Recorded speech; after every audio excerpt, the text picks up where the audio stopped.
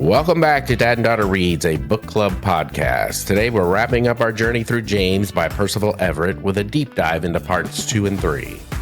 This book has taken us on a powerful, thought-provoking ride, and we've got plenty to unpack as we reach the finale. And of course, I'm not tackling this alone. Joining me as always is my brilliant co-host, the one who predicts plot twists 60% of the time, every time. Miranda, how have you been? I have been good. This week's been pretty good. Cold. I'm tired of being cold. I'm tired of winter. But other than that, same old, same old. How's your week been? Not too bad. I was sick during the last episode, so just still kind of getting over that. Not 100%, I would say. Still have some sinus issues giving me headaches. But yeah, other than that, yeah, but I'll be fine. What have you been reading? I started listening to the audiobook of Wild West Village by Lola Kirk this week. And I'm really enjoying it. It's a memoir in essay style, and it's just a really great look into growing up in New York City, especially in the 90s, early 2000s, because it truly was such a wild time to grow up in the city. Last year, I listened to Julia Fox's memoir, who also spent a decent amount of her childhood growing up in the city around the same time. But she wasn't as privileged as Kirk was, so hearing how different it was, but also the similarities is really cool. And it's a really good listen. So is Julia Fox's, though hers is a wild ride. Julia Fox's is like crazy compared to Kirk's. But yeah, if you're interested in, what it was like to kind of grow up in New York City and different family complexes and things like that, it's a good listen. I recommend so far. I haven't finished it yet. I'm almost done with it. I'll probably finish it in the next couple days. But yeah, that's mostly it for me. I don't know who either one of those two people are. You don't know who Julia Fox is? No, who is that? Uncut Gems. She was in Uncut Gems with Adam I Sandler. What? don't think I've seen that. Uncut Gems. No, I'm so Julia. You don't know about Brat Summer either then, I guess. Nope. Dang. Sorry. There's your generational divide right there. Yep. There you go. You're not so Julia. Hey, well, speaking of New York, N.K. Jemisin's from Brooklyn. So I finished her second book in the Broken Earth trilogy, The Obelisk Gate. And I'm about 2/3 of the way through the third book, The Stone Sky. And hopefully I'll finish that off tonight if I read, depending on if I have a headache or not. Last night I was going to finish it, but I had a bad headache, so I didn't. And then after that, I'll be reading Bloodline. It's a Star Wars novel about Princess Leia. It takes place after the original trilogy movies, where the rebellion has just defeated the Empire, and Leia is a senator in the New Republic. So hopefully there will be a lot of political intrigue, which I love. Yeah, that'll be super cool. Yeah. Plus, I like Princess Leia. So, all right. So this week, there is no social media book buzz. Not much going on out there right now. It's the middle of February. Everybody's hating life right now. No big drama. And I'm sure your grandmother's glad to hear that, because she said... She said that we talked too much before getting to the book part. Thanks for the listener feedback, Grandma. We took it into consideration this week. Yeah, we took it into consideration this week and cut out the social media book buzz just for you. But if there's drama next week, sorry, we're going to have to talk about it. So from here, let's go into the recap of what we talked about in part 2 of James.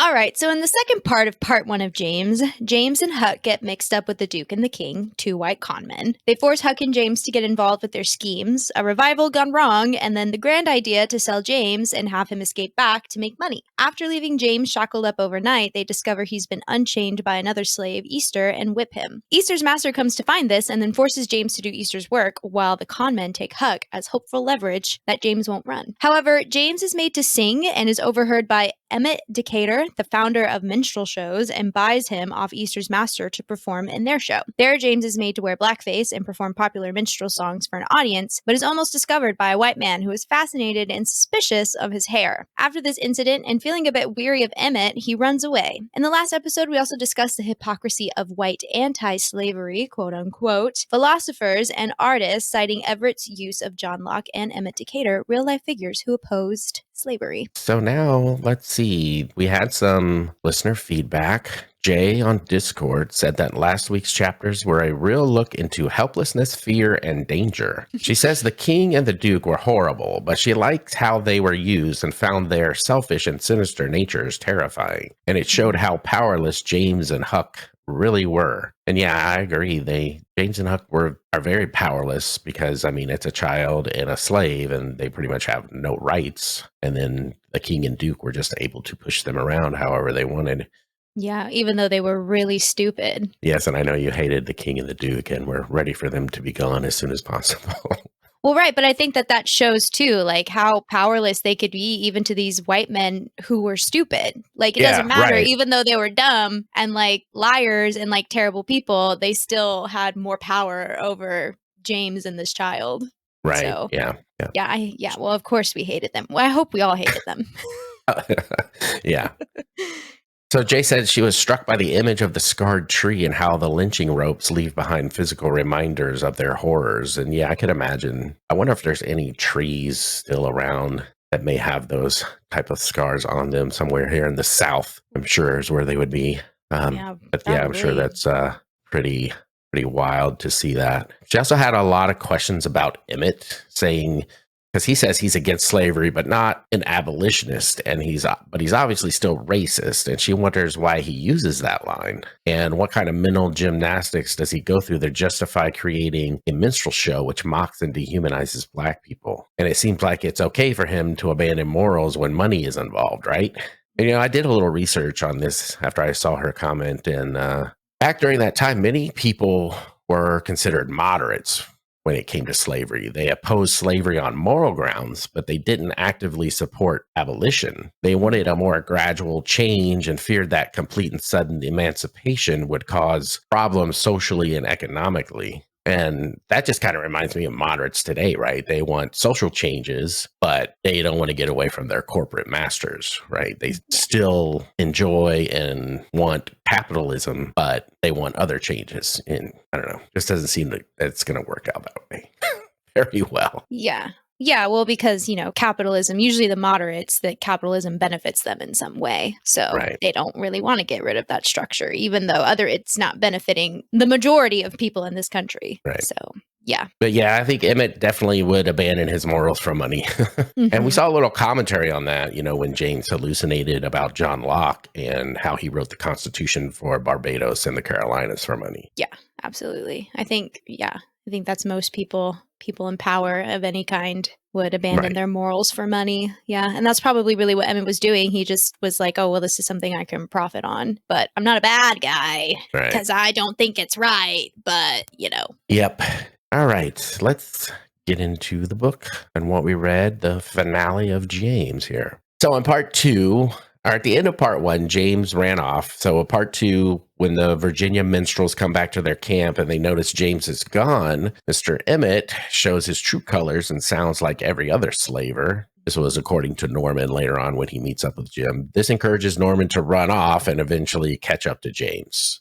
James tells Norman his plan, which he got from either the Duke or the King. And basically what he wants to do is he wants Norman to act as his owner to sell James off. Then James will escape and they'll do it again until they raise enough money to buy their families back. And there's this moment when they get to town that they have with this white woman where she hears James say something and confronts them. And Norman covers, James tells him to just, say I just mumble. So Norman covers saying he just mumbles and compares him to a fawn, so an animal. And she says, bless his heart. And James comments in his head to that it seems clear she hardly wanted me blessed by God or man, which both of us being raised in the South, I know we've heard bless your heart thrown around plenty of times, and how it's always seemed to be more of a passive aggressive insult than anything else. So I thought that was funny. And I thought that was a good call out for like Southern politeness, quote unquote. Definitely. She then compares Black people straight after this to monkeys, which just really sealed the deal for all of that. And that's, of course, something people use as a racist insult today. I thought that was really cool. I thought that was a good commentary on those Southern kind of values, but then also how I think I liked how Norman tried to just compare him to like a how a fawn cries out, and then she goes straight for the monkey. Yeah, so and I think that kind of that probably took Norman aback a bit. There's also a moment where they run into the sheriff, though he prefers constable, and Norman tries to sell James to him, and James thinks like, no fool, don't sell me to the law, which I also was thinking.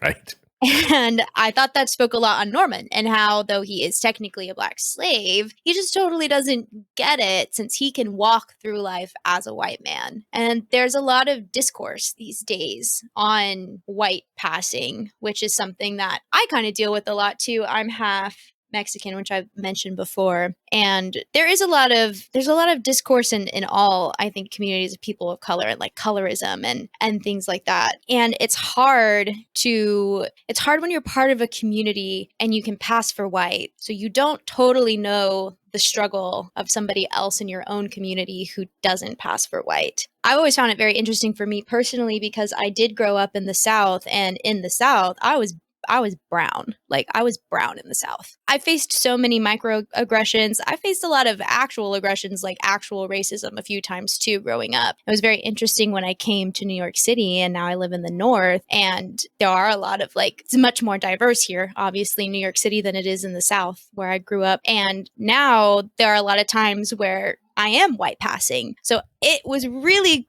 really mind-blowing for me when I moved to the city, because my whole life I kind of dealt with racism growing up, and then I come here and now all of a sudden I'm white passing. So it's just I think Everett's really trying to touch on this idea and this touch on this discourse on white passing, and I think Norman's a really good character for that. Yeah, I guess that makes sense, because if you're white passing, then you can get away with a little more. And sometimes you just may forget that someone who's not white passing, that's the same race as you, can't get by. Yeah, and it's with hard. Little things. And it's hard because it's you identify, and Norman especially wants to identify as black, right? Because he was treated as a slave, he was a slave his whole life. That's kind of, I think, where I get the comparison with him, because he sees himself as a slave, and he was a slave, and now he's white passing, and he doesn't really know where that fits in, and then he doesn't know exactly all of the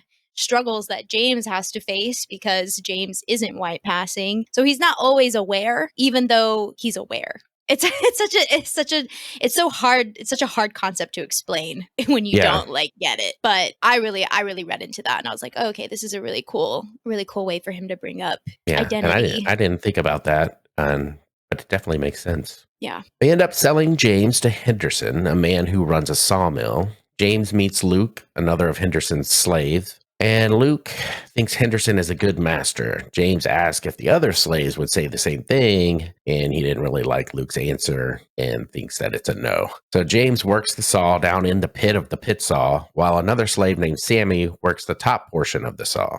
Yes, and then here with Luke, we get that Uncle Tom archetype type character, and James has to realize that even his own people could be the enemy, which I think is a hard realization for him. Something that he's never, I think we can kind of tell, because he's kind of taken aback with the way Luke is, that he's never really encountered that before. So now we just have a whole nother type of character and another type of identity crisis kind of going on that Everett has presented with us. All right. At the end of the day, Henderson beats James with a whip until he passes out. And Sammy tells James that this is what he usually does the first couple of days with new slaves. James finds out that Sammy is actually a 15-year-old girl and not a man as he originally thought. And he convinces Sammy to run away with him, and they take off into the night. And I'm kind of wondering how often that probably happened. A woman trying to pass as a man to maybe so she doesn't get raped, probably, Yeah, but she also says that he knows. Yeah, she did there, but I'm just wondering how many, enslaved women actually may have tried to do that. I'm sure a lot of them did if they could get away with it. Yeah, probably especially younger. I bet like the parents probably tried to pass them off. Right. Whenever they could, so that they wouldn't get raped. Yeah, that makes sense. Yeah. Interesting. I never thought about that. Ugh. So James and Sammy, after they run off, they meet up with Norman eventually where they were supposed to meet. They have a conversation. Norman doesn't really like that Sammy's there, and Sammy thinks that Norman's a white man at first. And then James says a quote, and then afterwards Sammy says something that I thought were a couple of interesting quotes here. James says, "We're slaves, Norman. Where we are is where we are. And then Norman doesn't really understand it. And then Sammy kind of explains it. We're slaves. We're not anywhere. Free person, he can be where he wants to be. The only place we can ever be is in slavery.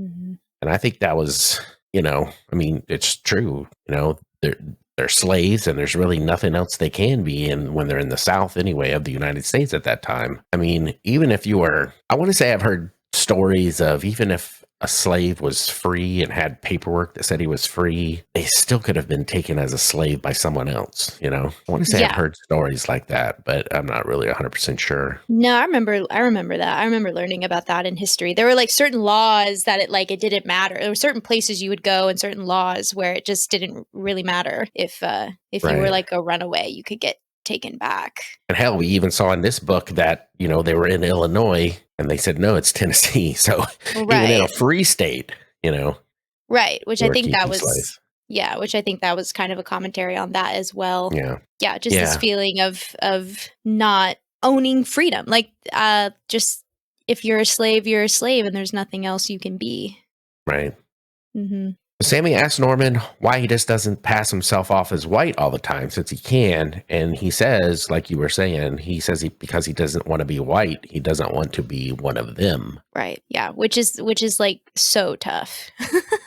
It's so tough. I think especially because he was a slave, like I was saying earlier, because he sounds like he did grow up a slave. And all of a sudden he's put in this position where he doesn't have to be one, but that's such a weird type of, it's its own, like, where do I fit in? How do I deal with this, like, privilege now I suddenly have, but feel guilty about having and, like, not understanding exactly how things work? It's terrible. Right. And it would be so easy for him. He would have an easy life if he just did that, but he doesn't want to do that, which I think that shows some character for him, right? Yeah. For sure. No, and just how uncomfortable it is to have to, because he's so uncomfortable the whole time that he has to, like, pretend to be a white man, like having James around as a slave. He was, like, so uncomfortable with it. Just such an uncomfy kind of feeling. Right. Henderson catches up to them at the river. They throw their logs. They were trying to put a raft together at the time, but they didn't get done when they caught up to him. So they just throw their logs into the river and they try to complete their raft in the water. Henderson and he's got two other men with him, and they start shooting at them. And what happens is Sammy is shot and killed. Norman says they shouldn't have taken her. At least she'd be a live slave instead of dead. And James says she was dead when I found her. She just now died again, but this time she died free. And then they end up burying Sammy after because they went in the river and they got away, even though they were getting shot at. And they later on down the river is where they bury Sammy. I thought that conversation was really interesting because earlier when James was talking to Sammy, she asked him how he could not want to live, which is always an interesting look on humanity, how we always tend to look for a reason to live even in the darkest of times. Like, we always try to find hope even when, like, terrible things are happening. But then there's the question of, is life worth living in seemingly eternal suffering? And which I think is something that James is kind of struggles with. When do you give up on hope? Right. Because everybody wants to live, right? But is it, like you said, is it worth living as a slave? And right. So there's this, like, primal instinct to live and to have hope. Right. But when is like that like wanting of hope just feels like there's just no point anymore, Right. Like, when do you give up? So I thought that was, like, a cool kind of take on life's questions in that way. Right. So James and Norman, they get their raft put together and they get on it and they end up jumping on a passing steamboat, and they hide out in the engine room where they meet another slave named Brock. And they end up stealing some clothes from the baggage room for Norman, who goes upstairs so he can pass as white amongst all the passengers. I'm not really sure what they were planning on getting out of that. Maybe just find out where they were going or what's going on. But James helps Brock shovel coal into the furnace because that's what Brock's job is. According to Brock, that makes them go. Brock seemed a little crazy. Brock is similar to Luke, though, where he doesn't seem to mind being a slave and is always referring to Masakori. Yeah, so James has the suspicion that Masakori doesn't even exist, which to me makes Brock another kind of Uncle Tom archetype type character to the extreme of delusion. Yeah, he was Of definitely like crazy. needing to be subservient, like Right. needing to be told what to do. Like that's the only way he knows how to survive. And so he has to pretend that he has a master to do so. That's kind of what I got from that character. Right. Because that's kind of, that's also, we had a discussion before we started about like the use of the term Uncle Tom, because it can definitely be used as a derogatory slur. So I'm trying to use it as more like this is the archetype, because this was a character written by Harriet Beecher Stowe. Right. Her famous novel addressing the real things that she had to deal with, that Black people dealt with, and slavery and everything. So Uncle Tom can also refer, I think when I was reading, because I also Wikipedia or I Googled it earlier to try and make sure I was using the term correctly and where the term came from, and is it okay for me to use it, and how should I be using it. So but it also said that it's also this idea, kind of like a means of survival that people used, which is to be subservient and to just like really slip into that mental state of being subservient, and that's how they survived. Like that was just a way of having to like block it all out and keep on moving. So it seems very similar to Stockholm syndrome again, right? yeah, very similar. Yeah. But this in I think particular was more of the like, not so much like feeling for siding with them, but just doing what's necessary. But doing what's necessary to survive, right? And I think Brock was doing it like that. To me was just like he was just really just like trying to survive and like really just not think about the fact that he was a slave, that he had to come up with this whole character, this whole narrative that there's this master who's going to come down and like beat him and he's going to get in trouble. So that's kind of what I got from that. Like that's how far that they would take it sometimes. Yeah. Okay. That makes sense. Yeah. So then the ship explodes. And I think maybe that's more talked about in the Huckleberry Finn novel, which I unfortunately didn't get to finish, but I ran out of time. But everyone is thrown into the Mississippi, and James, while he's in the water, hears two voices calling his name in the water. And one of them is Norman, and the other is Huckleberry Finn. Dun, dun, dun.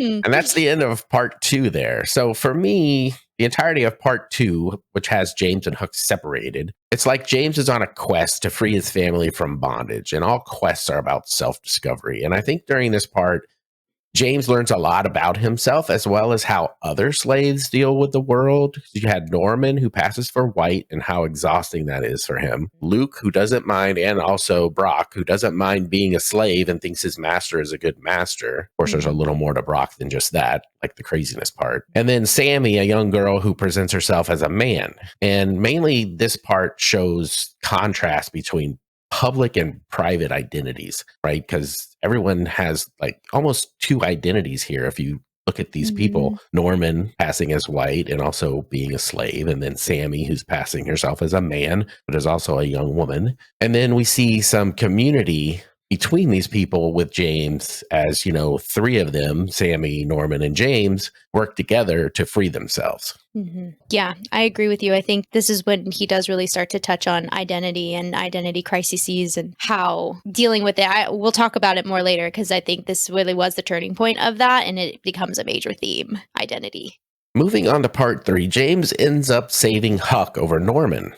James tells Huck that he saved him over Norman because Huck is James's son. Dun, dun, dun. Oh, look at that. I told you, 60% of the time, every time. James tells Huck he can be whatever he wants to be, giving freedom to Huck that James never had.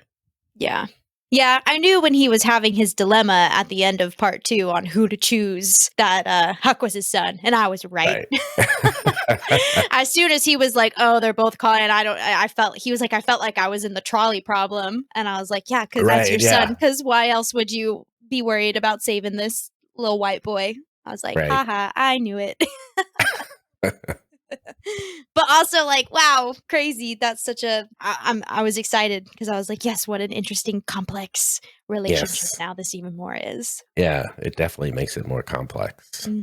All right. So while they're there down on the beach of the river, and Jim sees the notebook again. So this notebook has been popping in and out here, right? The whole time. And to me, it kind of represents a lot of things like literacy as power, the survival of knowledge. But mostly to me, it represents hope and resilience because it keeps popping up. So it's kind of like a way to tell James not to give up and keep going. Yeah, I like that. I like that idea. That I would agree with that too. And then also, yeah, I agree too. Like survival of knowledge and literacy is power. And then he keeps, tapping his pocket for the pencil too. Right. Like making sure the pencil is there. So this idea that you always have it on you, like he always has it with him. And then seeing, the journal pop in and out too. So Huck and James are still talking, and Huck is telling James about the war, which is basically the Civil War, North versus South. And Huck says he might want to join the war on the side of the North. And he asks James if he can imagine to fight in a war. And James replies, would that mean facing death every day and doing what other people tell you to do? And Huck says, yes. Or no, James says, yes, I could imagine. And that's every day for James, right? Every day for an enslaved person. So it's just pointing out, I think, how Huck is still a kid and a little naive, right? Yeah, I wrote that quote down too, because I thought it was a really powerful commentary on the brutality of slavery and how historically we don't always touch on how bad it really was. So I feel like, yes, like Huck is a kid and he's still a little naive, but I think it also was talking about white people in general, because I don't think white people or us who don't come from slavery in America totally understand the atrocity that was slavery in America, because you read things like Huck Finn and you watch movies like Gone with the Wind and you see them romanticizing almost slavery in order to cover up how bad it was or gloss over how bad it was. I feel like even the history books in school cover up and gloss over just how truly terrible it was. I feel like the only reason why I knew of even some of the horrible, horrible, terrible atrocities that happened was because I was lucky enough to have a history teacher in high school who did a pretty decent job of touching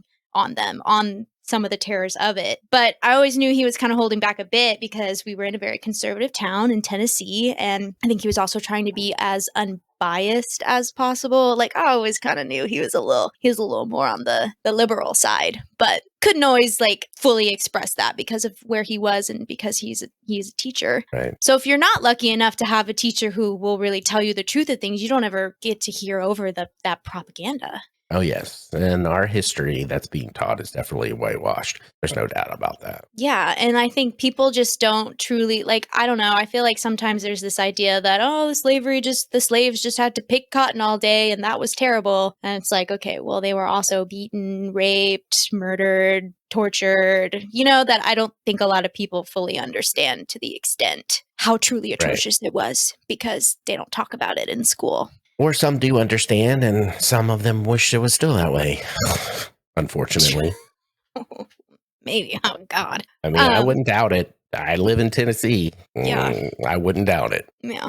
And then also, so there's big conversations between Huck and James, and I really like Everett's commentary on the racial identity crisis. And I feel like it can really touch on this. So I think we've gotten a lot of it in this book, with James being half white, but considered black and a slave and not white passing. Norman being a slave and part black, but white passing. And now we have Huck having to face his identity of being part black and what that means for him. But also because he's seen as white, he was raised as white, he can choose who he wants to be. Like he has that luxury. I think that's a luxury. James thinks that that's a luxury because unlike James, who has like always been seen as black, and now Huck has to face the struggle of accepting the privilege that he has. And he says to James, like, he ain't no, and he says the N-word. And that's when he like runs off the first time. Right.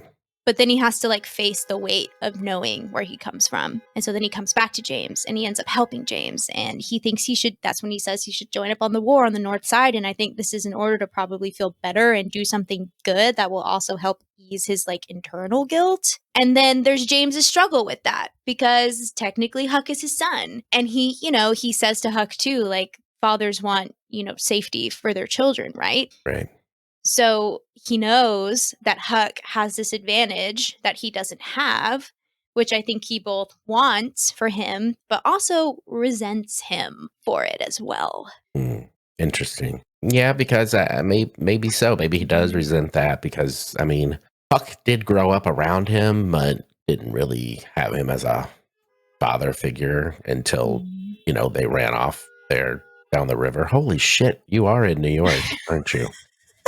I know. I don't know what's I hear, going on. I hear all that horn blowing.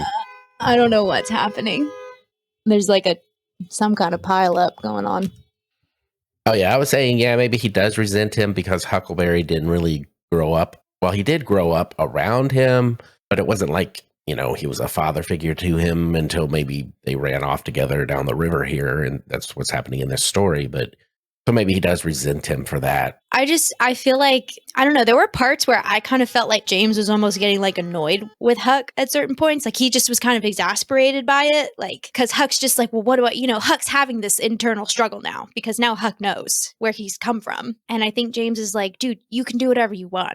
You're white, like you're white passing and nobody knows. I feel like James was kind of annoyed almost that Huck was having this identity crisis because he's like, Right, why yeah. would you not just know, like, you're my son and I want you to be safe, so be white. Right. Like, he's like, you can do whatever you want, which you have the luxury of doing, but you should be white. Like, that's kind of how I felt. So that's why to me it felt a little like resentful. I don't think he wants to be resentful of it, but James just doesn't have that luxury. And he's met all of these other characters too that are also having these identity crises, So Right. Yeah, that makes sense. And plus him being also half white, but being black. So they make it back to Hannibal, Missouri.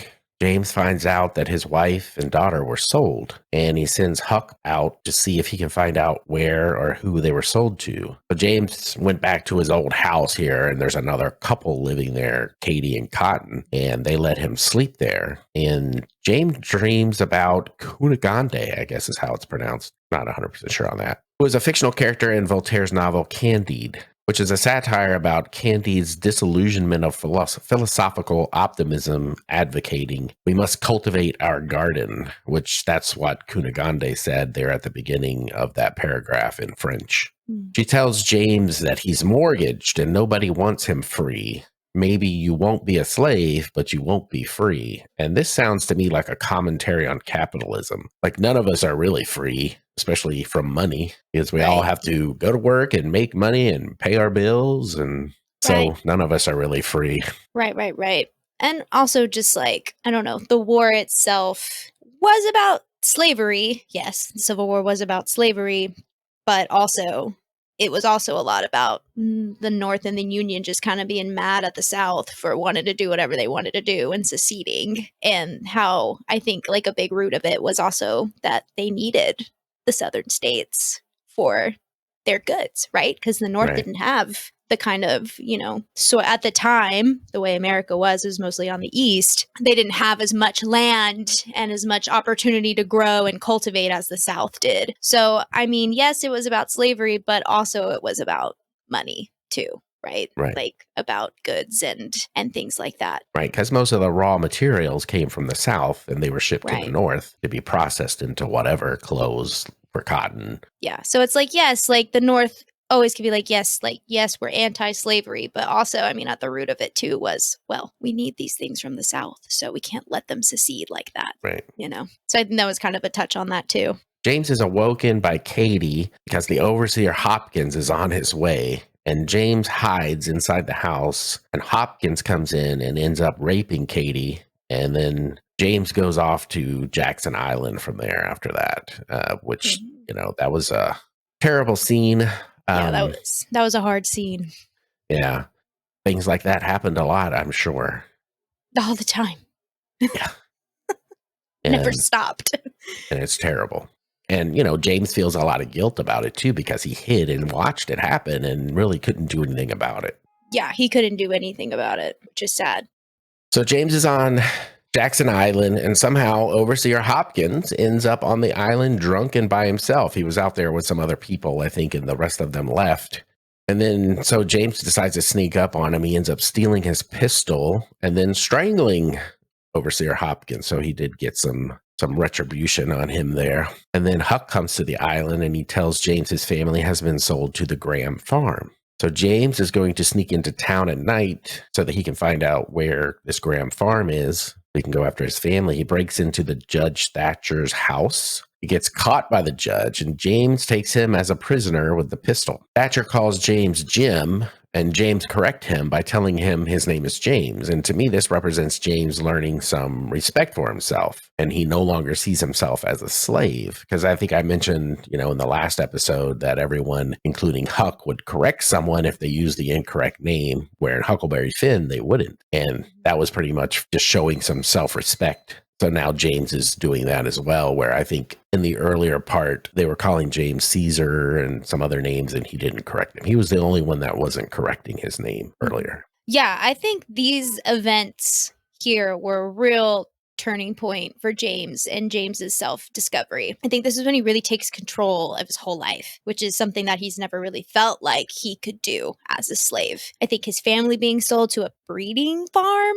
which is horrible. And then especially the witnessing of the rape, knowing he couldn't do anything about it. Like he thinks, I hated the world that wouldn't let me apply justice without the certain retaliation of injustice. And in that moment, how he befriended his own anger, which I thought was so cool. What a powerful thing. And I think that really woke something up inside of him. And he just completely took control of his own freedom. James says he's never seen a white man with such fear. He's talking about the judge here. And it wasn't the pistol causing the fear, but it was because he wasn't conforming to the white man's expectations. Right. James finds out where the Graham farm is and sets out for it with the judge as his prisoner.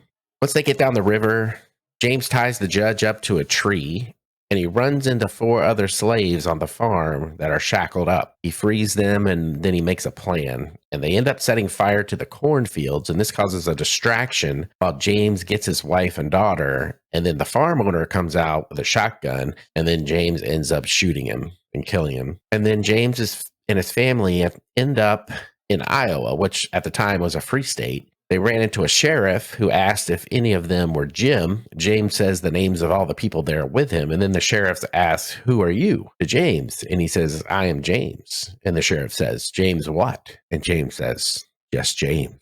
And that's the last line of the book, which I thought was really cool. Yeah, what a great last line.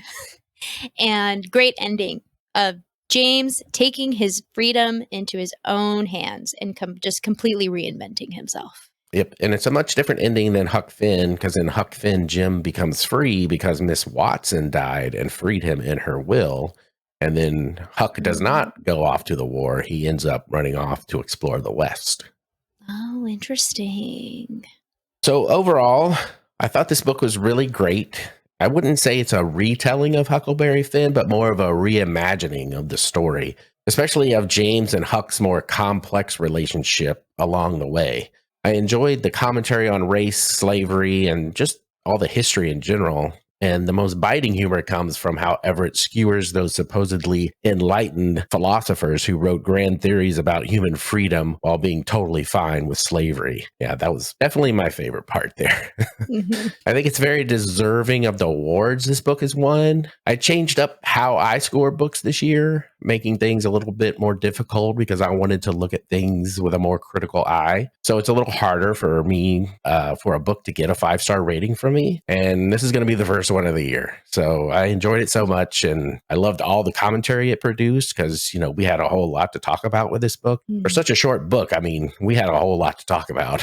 Yeah. So it's definitely a 5-star for me, 5-star book. Amazing. Yeah. I also thought this book was really great. Such a really smart and complex way to take a classic piece of literature that really romanticizes the escape from slavery through a white lens and turns it into a complex journey of a Black man's really messy, raw, and dangerous path to freedom, both physical and personal. I really love the use of historical figures as well, really making the reader face the hypocrisy of it all and forcing them to swallow the harsh realities of this time period. And also the use of all the complex relationships between James and other characters that highlighted the search for one's true identity and freedom in that. I also give it a 5 because it was just too well written. It was too well written. It was too smart and imaginative to give any less. Yeah, it was definitely a great book. I really enjoyed it. Yeah, really good. And gave you so much to think about without being overwhelming. Like maybe the last book we read. Right. Without being so much thrown on you, the way that he was able to weave it through symbolism and imagery and relationships was just so good. Like, what a fantastic writer. And I love the shit talking on the enlightened philosophers. My favorite part. It's too bad he didn't mention Thomas Jefferson. Yeah, too bad. And that's a wrap on James by Percival Everett. Woohoo! This book gave us a lot to think about, and we've loved breaking it down with all of you. But the reading journey never stops. Next up, we're diving into Death of the Author by Nnedi Okorafor. We'll be discussing chapters 1 through 13 in our next episode, so grab a copy and read along with us. We'd love to hear your thoughts. What did you think of James? Drop us a message on Discord, TikTok, Instagram, or Blue Sky. All the links are in the show notes. Thanks for listening, and as always, keep turning pages, keep questioning, and we'll see you next time. Our intro music is Upbeat Funk, performed by Mikhail Smusev, and our outro music is Lo-Fi Chill, medium version, performed by Bodan Kuzmin. You can find both tracks on pixabay.com. Thanks for joining us, family, and we'll see you next week.